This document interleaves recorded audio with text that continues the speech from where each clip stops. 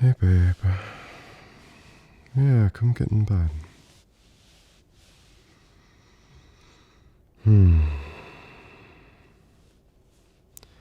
How you doing? Good. Yeah, I'm good. Yeah, I was actually thinking I might read for a little bit. I'm not super tired right now. I was actually going to read Pride and Prejudice. Yeah, I know how much you love it. I figured I'd give it a try, see what I thought.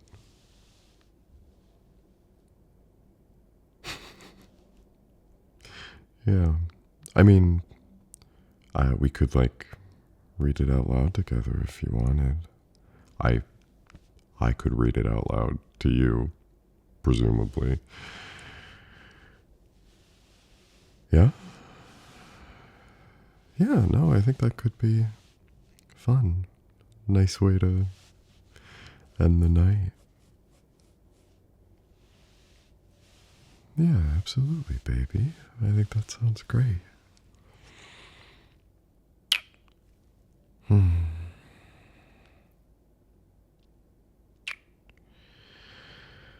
All right. Get comfy. I'll grab the book.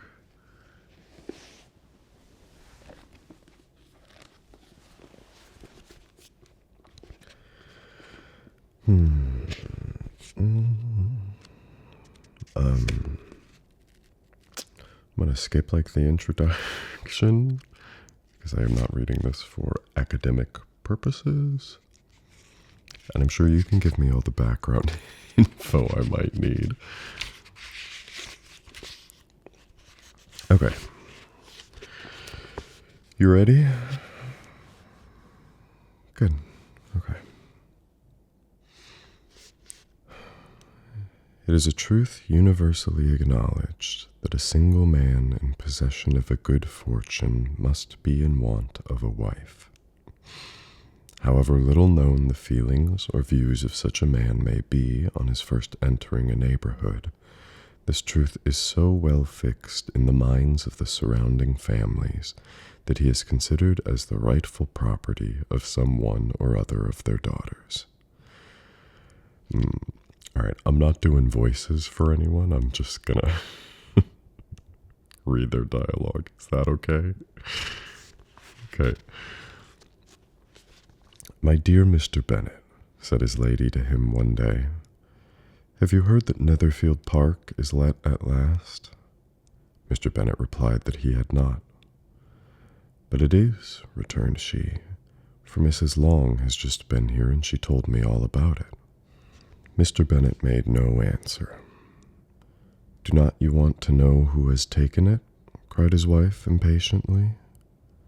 You want to tell me, and I have no objection to hearing it. This kind of sounds like some of our conversations sometime. Sorry, I'll keep reading. This was invitation enough.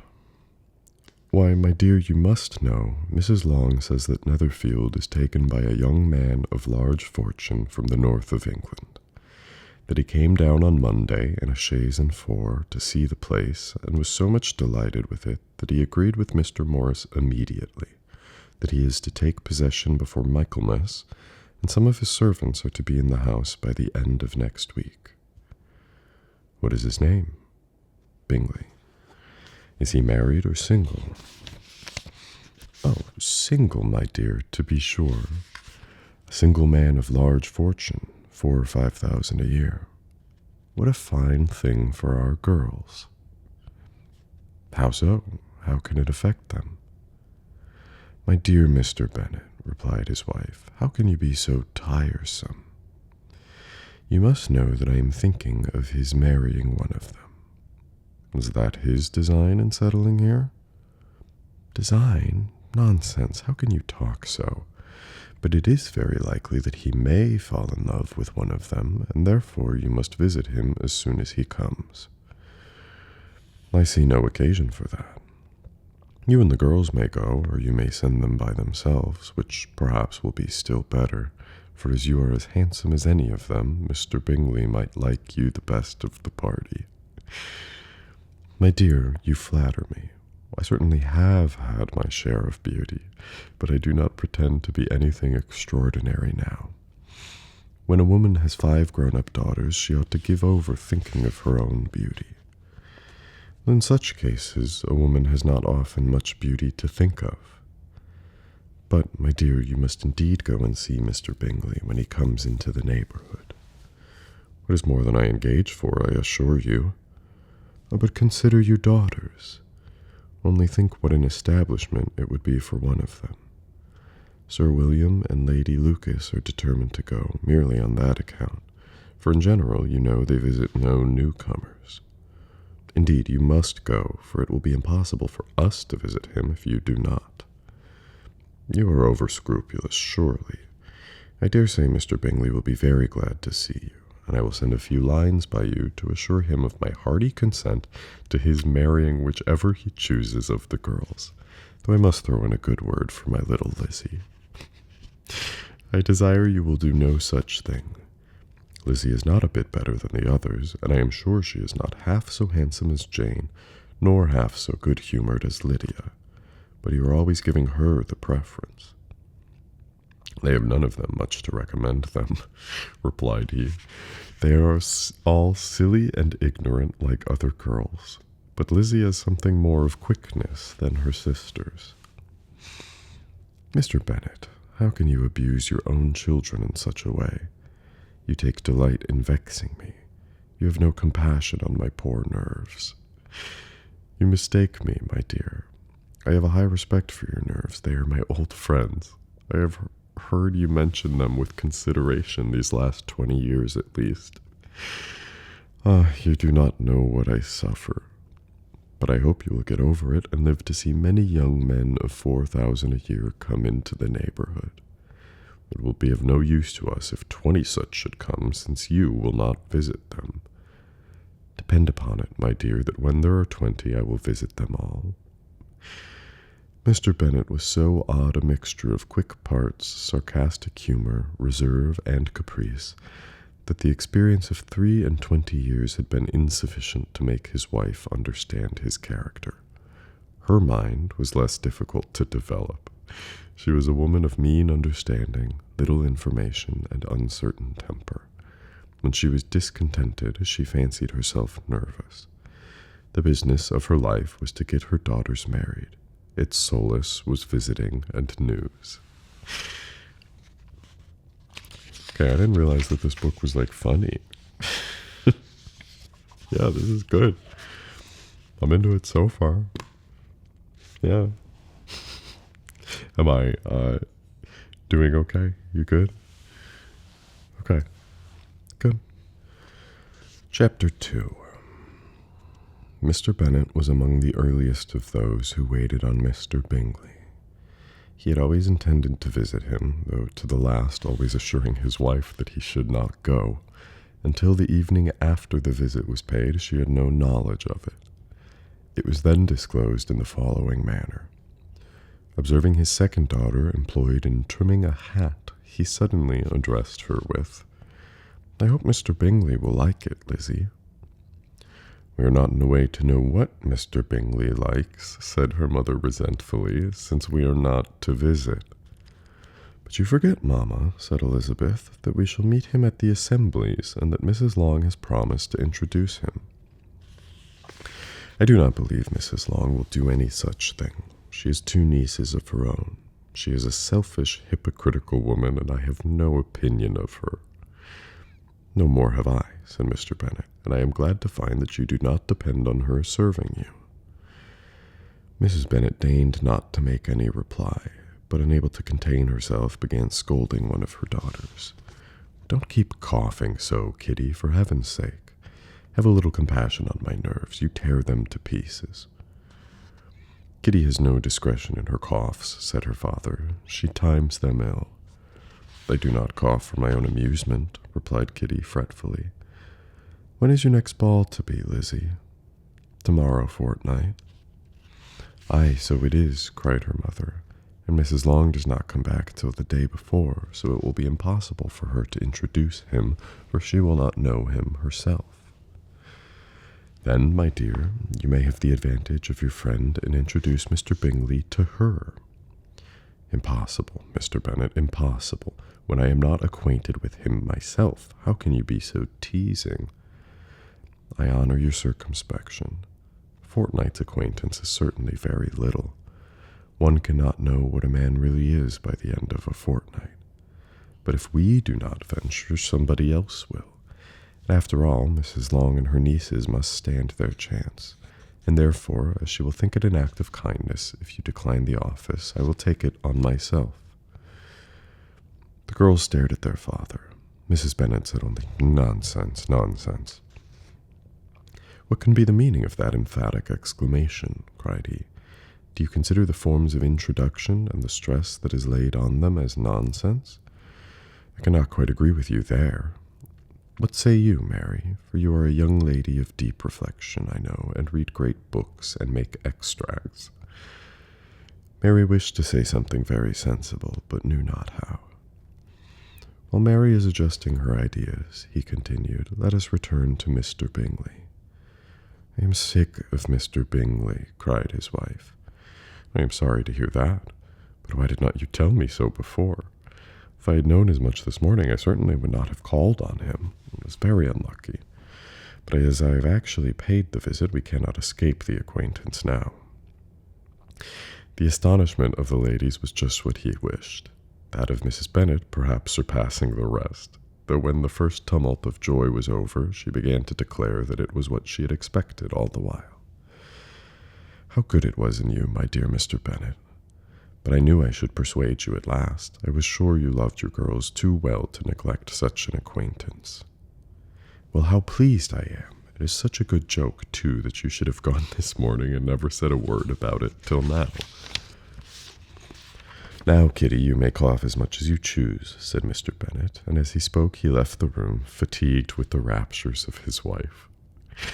"What an excellent father you have, girls," said she, when the door was shut. "I do not know how you will ever make him amends for his kindness, or me either, for that matter. At our time of life it is not so pleasant, I can tell you, to be making new acquaintance every day. But for your sakes we would do anything. Lydia, my love, though you are the youngest, I dare say Mr. Bingley will dance with you at the next ball." "Oh," said Lydia stoutly, "I am not afraid, for though I am the youngest, I'm the tallest." The rest of the evening was spent in conjecturing how soon he would return Mr. Bennet's visit, and determining when they should ask him to dinner. This is really funny. I'm into it. Yeah. I always kind of wonder when I'm reading old books like this, like, is this actually what people talked like? When did this come out? When was it published?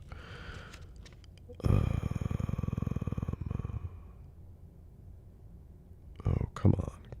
Give me something. It's seriously not gonna... Oh, here we go. 1813. Yeah. I wonder. I mean, it's a novel, obviously, so probably not exactly, but I don't know. It's just like such a funny way to talk to people. I don't know. I digress. All right. You think one more chapter? Yeah, okay. Chapter 3. Not all that Mrs. Bennet, however, with the assistance of her 5 daughters, could ask on the subject was sufficient to draw from her husband any satisfactory description of Mr. Bingley. They attacked him in various ways, with barefaced questions, ingenious suppositions, and distant surmises, but he eluded the skill of them all. They were at last obliged to accept the second-hand intelligence of their neighbor, Lady Lucas. Her report was highly favorable. Sir William had been delighted with him.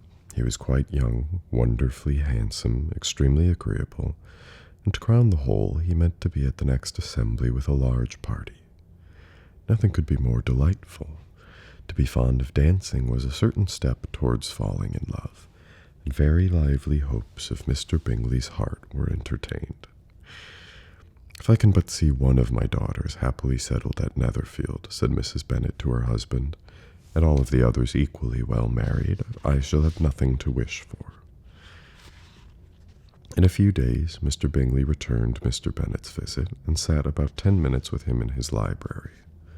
He had entertained hopes of being admitted to a sight of the young ladies, of whose beauty he had heard much, but he saw only the father. The ladies were somewhat more fortunate, for they had the advantage of ascertaining from an upper window that he wore a blue coat and rode a black horse. An invitation to dinner was soon afterwards dispatched, and already had Mrs. Bennet planned the courses that were to do credit to her housekeeping, when an answer arrived which deferred it all.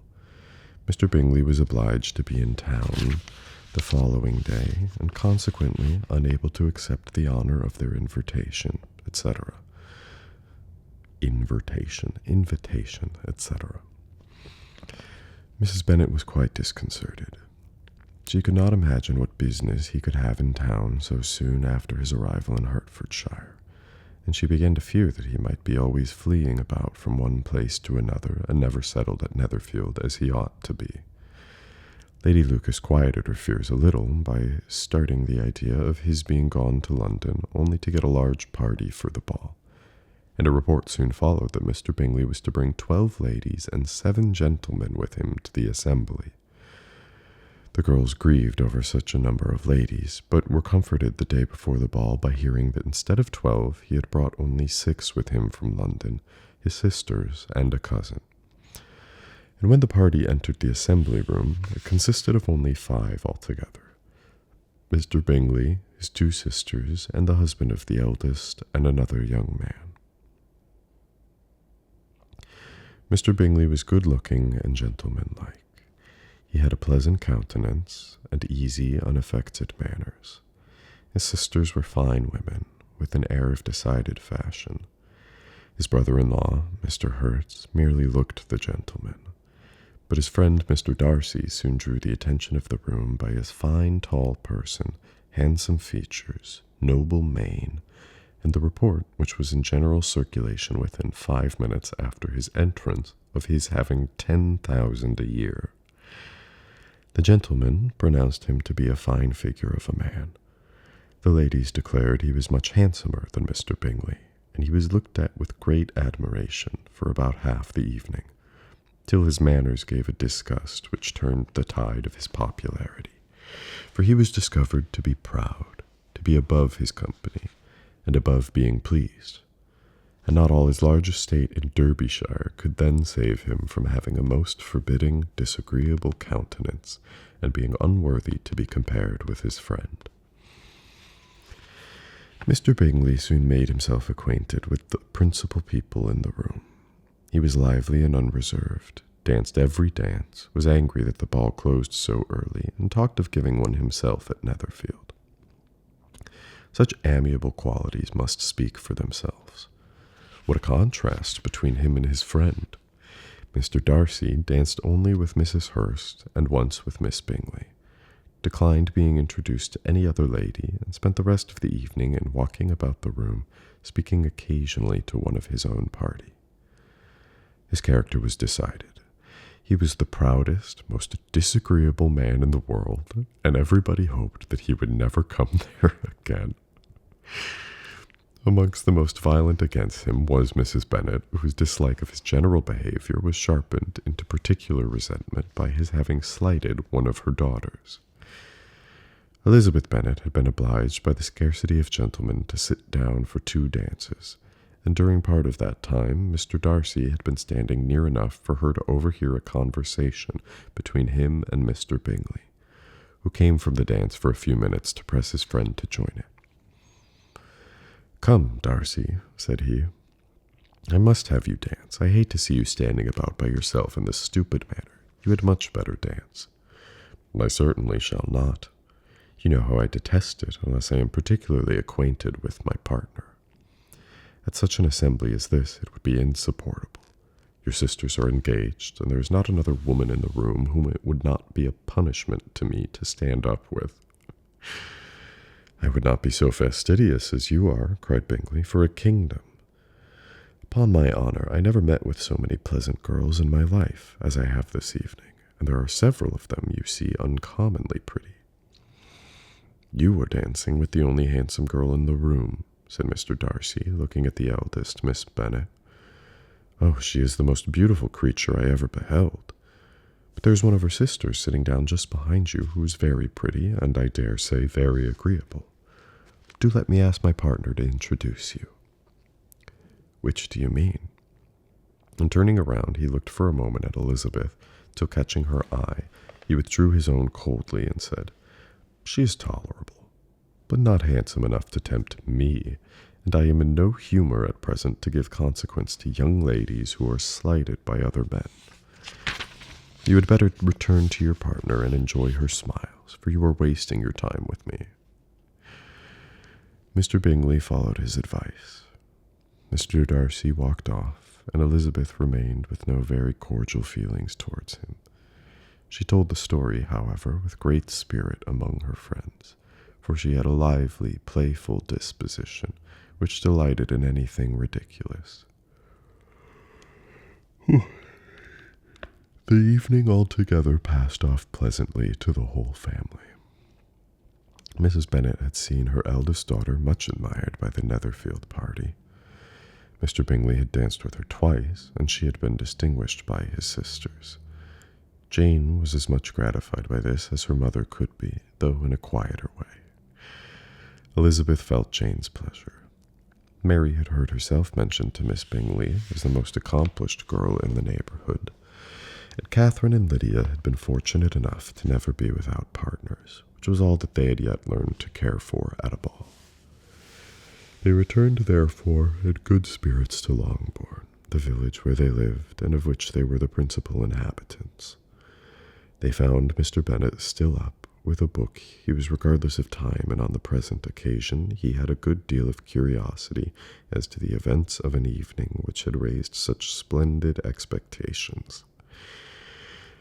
He had rather hoped that all his wife's views on the stranger would be disappointed, but he soon found that he had a very different story to hear. "Oh, my dear Mr. Bennet," as she entered the room, "we have had a most delightful evening, a most excellent ball. I wish you had been there. Jane was so admired, nothing could be like it. Everybody said how well she looked, and Mr. Bingley thought her quite beautiful and danced with her twice. Only think of that, my dear. He actually danced with her twice. She was the only creature in the room that he asked a second time. First of all, he asked Miss Lucas. I was so vexed to see him stand up with her, but, however, he did not admire her at all. Indeed, nobody can, you know. And he seemed quite struck with Jane as she was going down the dance. So he inquired who she was and got introduced, and asked her for the two next.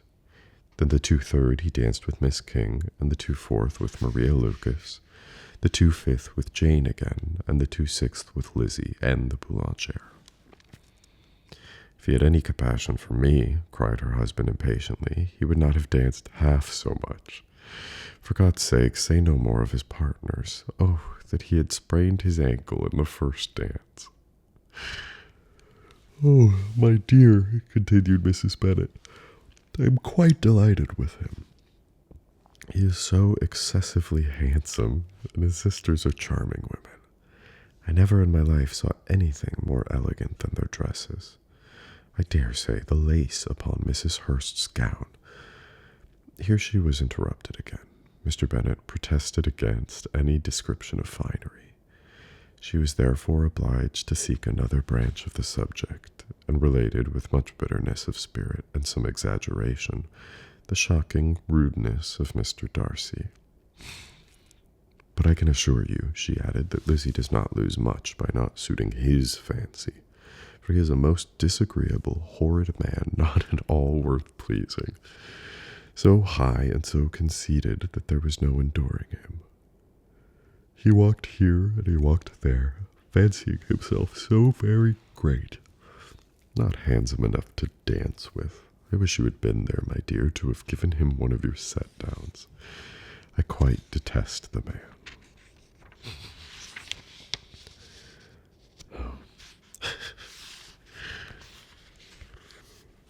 Well, I think I'm about done for the night, and I'm not entirely convinced that you didn't sleep through part of that. It's okay. I mean, you've read this book enough, you probably have it about memorized, right?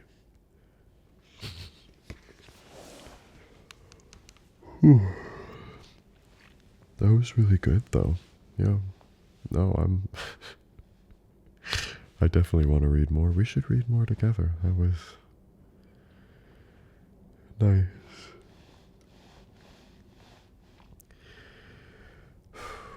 Alright, well, I'll let you get back to sleep then. Yeah, good night.